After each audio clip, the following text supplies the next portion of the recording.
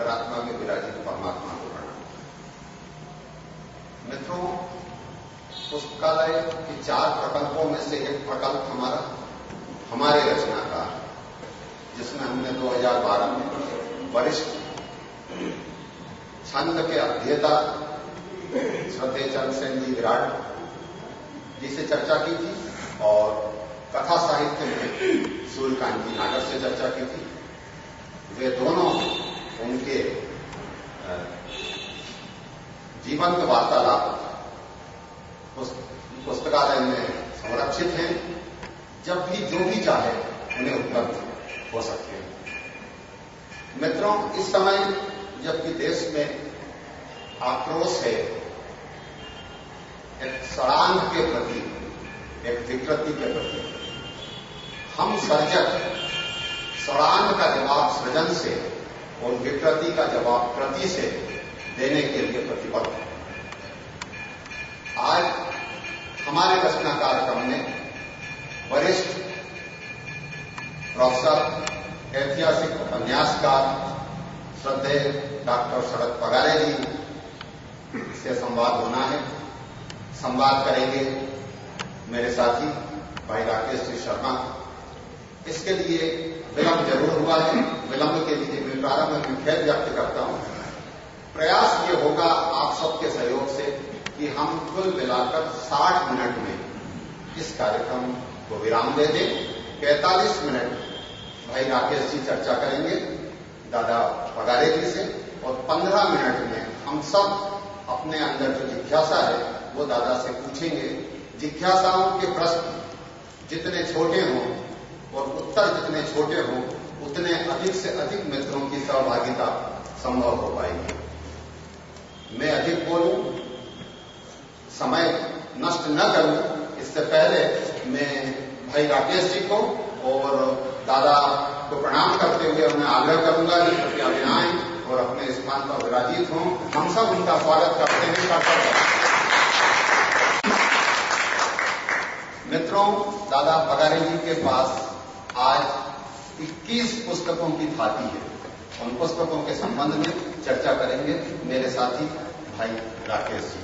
मैं अब बिना किसी विलंब के भाई राकेश को ये ध्वनि प्रसारक यंत्र सौंप रहा हूं।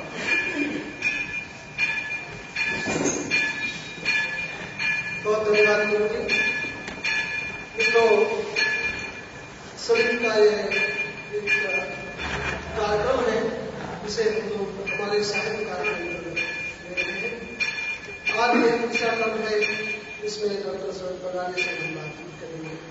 जैसा कि आप सबको विदित है कि कुछ बातें रचना धन्यता के बारे में है, कुछ उनके जीवन के बारे में है। समग्रता में 1 घंटे की ये सूची बनाएंगे जो आगामी समय में पाठकों को श्रोताओं को उपलब्ध रहेगी। मित्रों, पगारे जी की अब तक 21 रचनाओं का उल्लेख प्रभु ने किया है। मैं रचनाओं के नाम लेता हूं।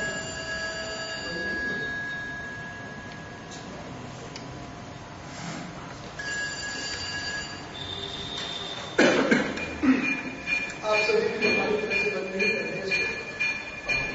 किताबों के नाम है गुलारा बेगम, सजिल आया और फिर पेपर बैग में आया। गुलारा बेगम का मराठी अनुवाद में मिला। गुलारा बेगम गुजराती में आई। गुलारा बेगम उर्दू में। गंधर्व शेर हिंदी में। बेगम जैनाबादी का हिंदी पेपर बैग। उजाले की तलाश ये हिंदी में सजिल लाई और इसका रैन फिर टर्म रैन इसका अंग्रेजी अनुवाद भी आ गया है। एक मुट्ठी ममता एक कहानी संग्रह। साध्य तारा, नारी के रूप, दूसरा देवदास, श्रेष्ठ कहानियां, जिंदगी एक शरीर सी, पूर्व मध्ययुगीन धार्मिक आस्थाएं, भारत की ऐतिहासिक प्रेम कथाएं, खंडवा, भोजन और गुलारा बेगम नौमी का अंग्रेजी संस्करण प्रेस में। तो 21 पुस्तकों की महत्वपूर्ण पुस्तकों के रचनाकार डॉक्टर शरद पगारे हमारे बीच में हैं। उन्हें अब तक उनके अवदान को लेकर हिंदी में विभूषित भी किया है।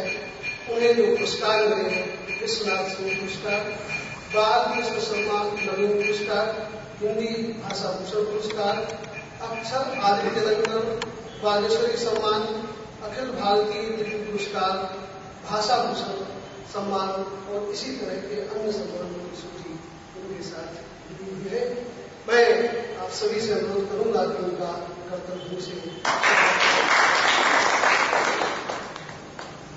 मगर साहब, इस कार्यक्रम में सबसे पहला प्रश्न जो रहता है वो किसी भी रचनाकार के जीवन के प्रारंभिक दौर के बारे में होता है, क्योंकि मान्यता यह है कि वरिष्ठ रचनाकारों का यही पता नहीं रहता कि हमें कहा थे बात तो मैं चाहूंगा कि आप अपनी बात वहां से शुरू करें कि किस स्थान पर जन्मे, कब जन्मे और वहां का जो परिदृश्य था उस समय का, वो भाषाई और साहित्यिक दृष्टि से उस समय आपको कैसे?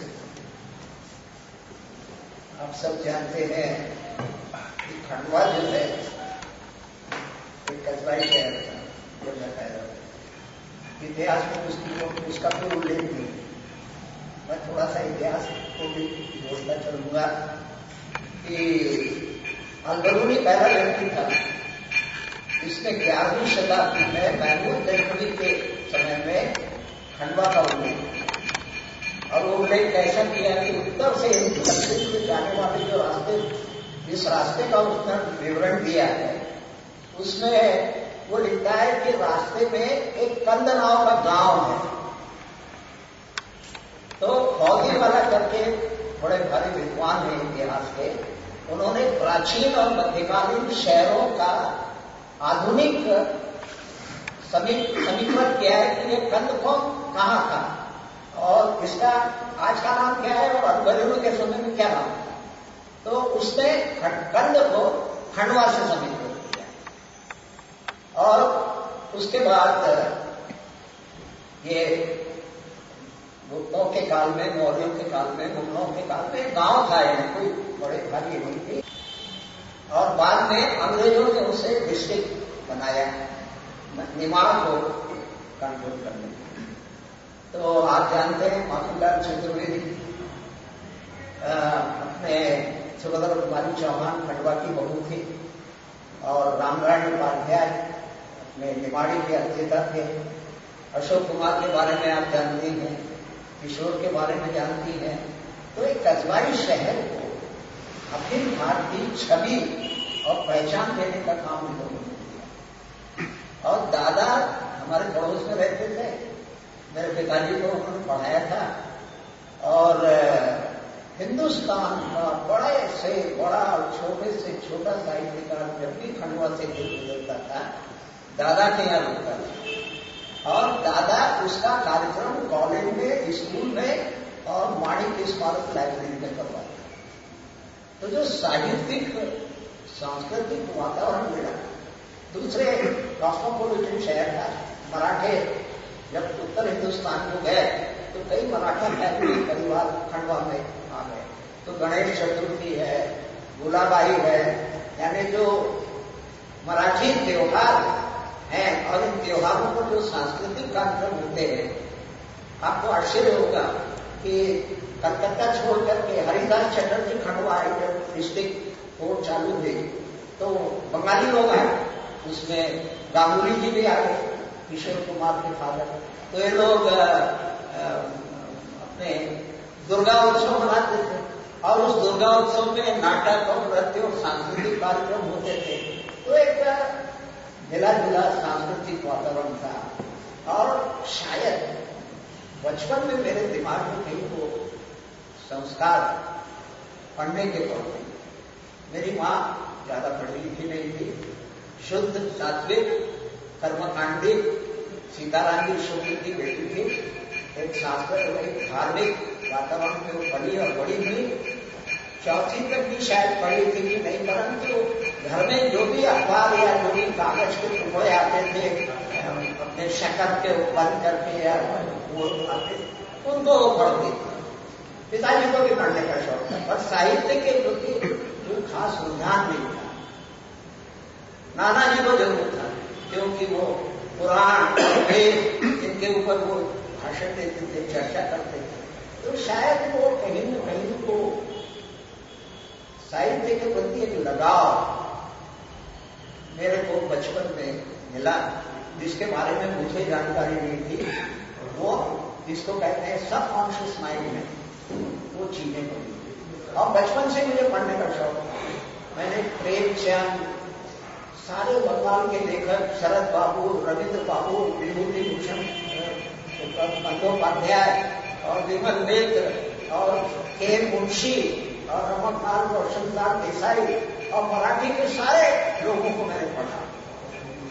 और मुझे ऐतिहासिक उपन्यासों में सबसे ज्यादा प्रभावित किया कन्हैयालाल माणिकलाल मुंशी ने, जिन्होंने कि इतिहास के रोमांस को और साहित्य के यथार्थ को मिला करके जो उपन्यास लिखे, राजा धीराज, पाटन का प्रबुद्ध, जय सोमनाथ, मैंने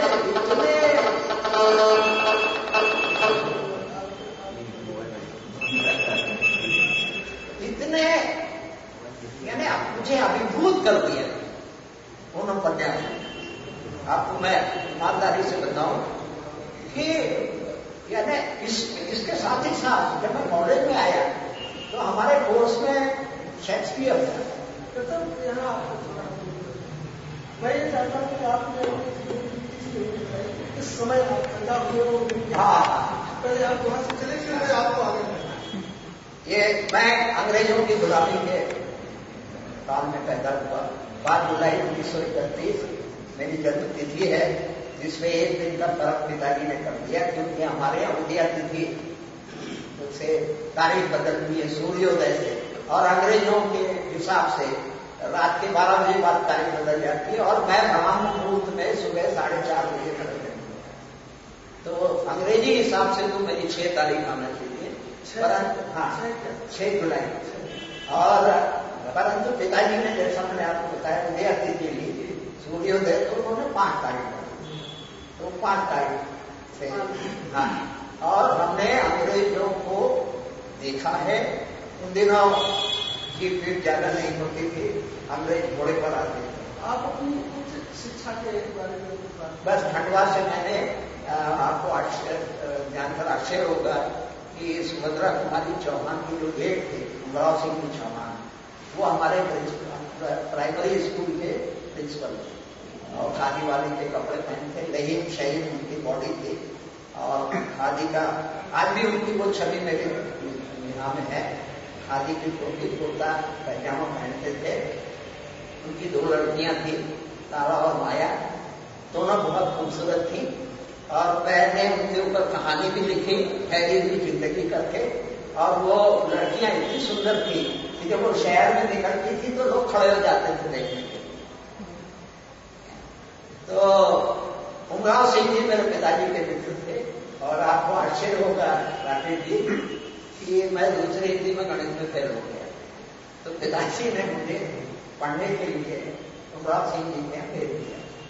वो उनके घर का जो जागृति है वो आज भी मेरी निगाह में है कि जैसे ही अंदर जाओ तो मैदान था, यानी जिसको कहते हैं, और वहां बीच में तखत रखा था, कुछ पास के कमरे थे। तो हम मास्टर को तो टाइम मिलता नहीं था, कांग्रेस का भी काम करते थे। और चूंकि प्राइमरी स्कूल नगर पालिका के अंदर, तो नगर पालिका कांग्रेसियों का दबदबा, हेमंतराव मंडोई, बाबूलाल तिवारी, प्रभात चंद्र शर्मा, ये ऐसे लोग थे। तो वो उन्होंने तारा माया बोला है, बोले इसको जरा गणित वणित पढ़ा। और आप सब जानते हो उन्होंने सवैया अर्थात एक सवैया डेवड़ा ये सब उठा। अब मैं छोटा बच्चा था, 6-7 साल का, तो वो मुझे बच्चे की तरह ट्रीट करती थी।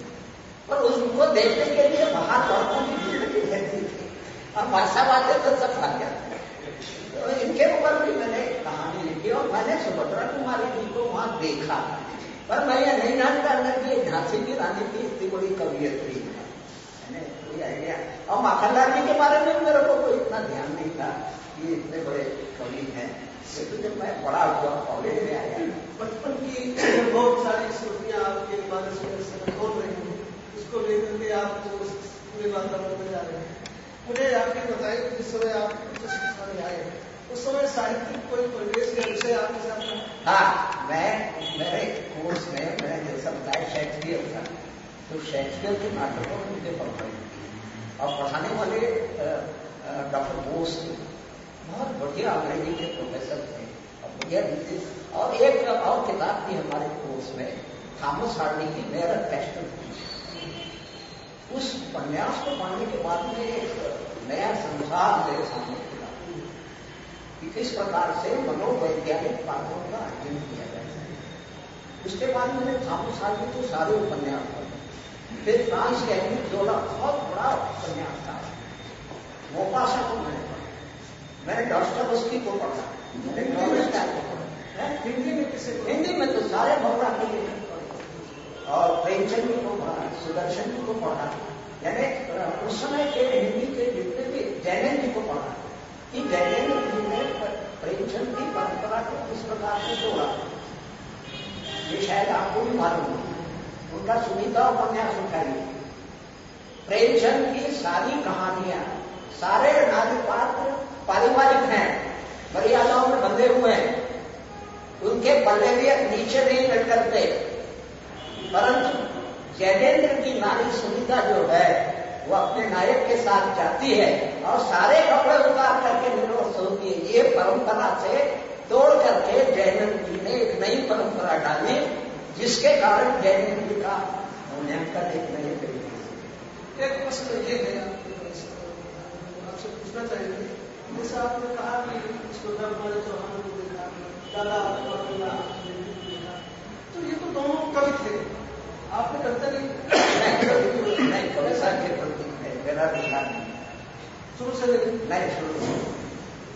और प्रेम पर आपने कहानियां लिखी? हाँ। लेकिन प्रेम कविता नहीं, रुझान में नहीं करता। आप उच्च शिक्षा के बाद विवाह के बंधन में होते? नहीं, उच्च शिक्षा के बाद खंडवा आया उच्च शिक्षा के लिए, क्योंकि खंडवा में किया सकता और वो भी दादा की कृपा से हुआ, क्योंकि निमाड़ के लोग न जबलपुर जा सकते थे, न नागपुर जा सकते थे, न इलाहाबाद जा सकते थे, ये यहाँ पर कॉलेजेस थे। तो खंडवा के लोगों को दादा ने प्रेरित किया, मोहम्मद राव की मंडली वगैरह हमारे दिमाग से बच्चे कहें खंडवा के ऊपर दादा का इतना बड़ा एहसान है जिसको खंडवा के लोग इसका महत्व नहीं समझ सकते। तो निमाड़ एजुकेशन सोसाइटी और उसने नीलकंठेश्वर कॉलेज, आपको एक आश्चर्यजनक बात बताऊं कि गोविंदास की मां खंडवा की बाहेती परिवार, और बाहेती लोगों ने इतना पैसा कमाया कि ओंकारेश्वर में धर्मशाला बन गई और खंडवा में एक नीलकंठेश्वर धर्मशाला बन गई।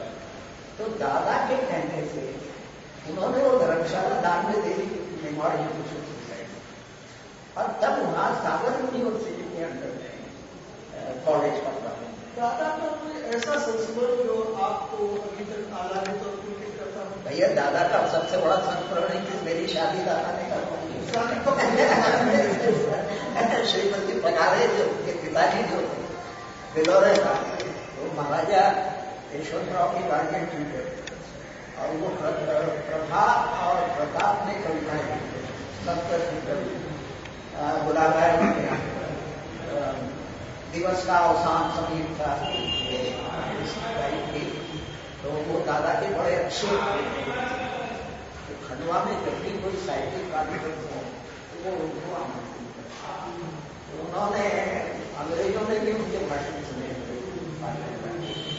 और उनका जो बोलने का स्टाइल थी वो बिल्कुल अंग्रेज स्टाइल थी। उन्होंने इलाहाबाद यूनिवर्सिटी से अंग्रेजी में एमए किया था और महामहोपाध्याय झा जो थे उनके अमरनाथ झा, हाँ, उनके विद्यार्थी थे। और दादा के संस्मरण को तो आपको सुनाया कोई साहित्यिक संस्मरण है क्या? साहित्यिक संस्करण ये है कि हरदेव भारती 2 महीने दादा के यहाँ रह जाते हैं। और गंभीर में संपादन का जितना भी श्रेय गंभीर भारती को है वो दादा का आशीर्वाद। दादा ने कब कहा आपका वर्ष क्या है? विवाह वर्ष क्या है? 59 1960। विवाह के बाद परिवार आगे बढ़ा, पुत्राएं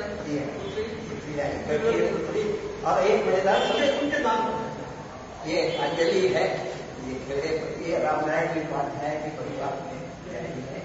और बड़ा बेटा यहाँ गुजराती कॉलेज में है और छोटा बेटा बरहानपुर में सेवा सदन कॉलेज में है। और एक मजेदार बात सुनाता हूँ आपको कि धर्मवीर भारती ने जब पुष्पा भारती से वहां का चले तो उन्होंने इस पर कहा कि अगर दादा का आशीर्वाद मिलेगा तो पुष्पा रंजन से शादी करूंगा, लेकिन नहीं करूंगा। तो धर्मवीर भारती और पुष्पा भारती दोनों हुआ है और दादा के यहाँ रुके और दादा ने दोनों को आशीर्वाद दिया कि तुम शादी करो। इसका मतलब दादा का योगदान साहित्य से अधिक शादियों में माध्यम से मिलता है। एक महत्वपूर्ण प्रश्न अब हम आपके लेखन को जुड़ेंगे। आपको इतिहास के पृष्ठों से कहानियां मिलती रहे, ऐतिहासिक उपन्यास आपको लिखे। तो पहला कारण क्या है? इतिहास पढ़ा देना ही केवल कार्य नहीं होता। हिंदी में जो इतिहास पर कहानी कथा लिखने वाले, उपन्यास लिखने वाले, आज के समय में आप एक उनमें से महत्वपूर्ण तो केवल इतिहास को आपने क्यों?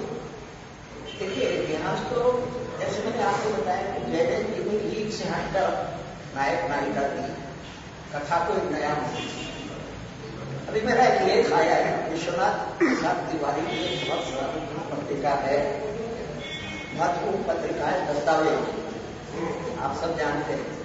तो उसके लिए मैंने एक लेख लिखा साहित्यिक वातावरण में। और फिर अपने प्रधानमंत्री जानते हैं जागरण नाम का एक अखबार निकलता 5 पैसे और इंदौर समाचार, कई दुनिया का उस समय तो इतना बहुत नहीं था। तो यहाँ भी मुझे साहित्यिक वातावरण मिला और नई दुनिया में मैंने जागरण में कई कुछ कहानियां आई। एक बात मैं बता दूं, मैंने नहीं सोचा था कि मैं लिख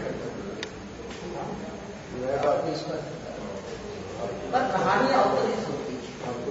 आपके कहानी हो, कविता हो, उपन्यास हो। रामनारायण जी उपाध्याय ने मुझे लिखा कि आप तो उपन्यास कैसे लिख लेते हो?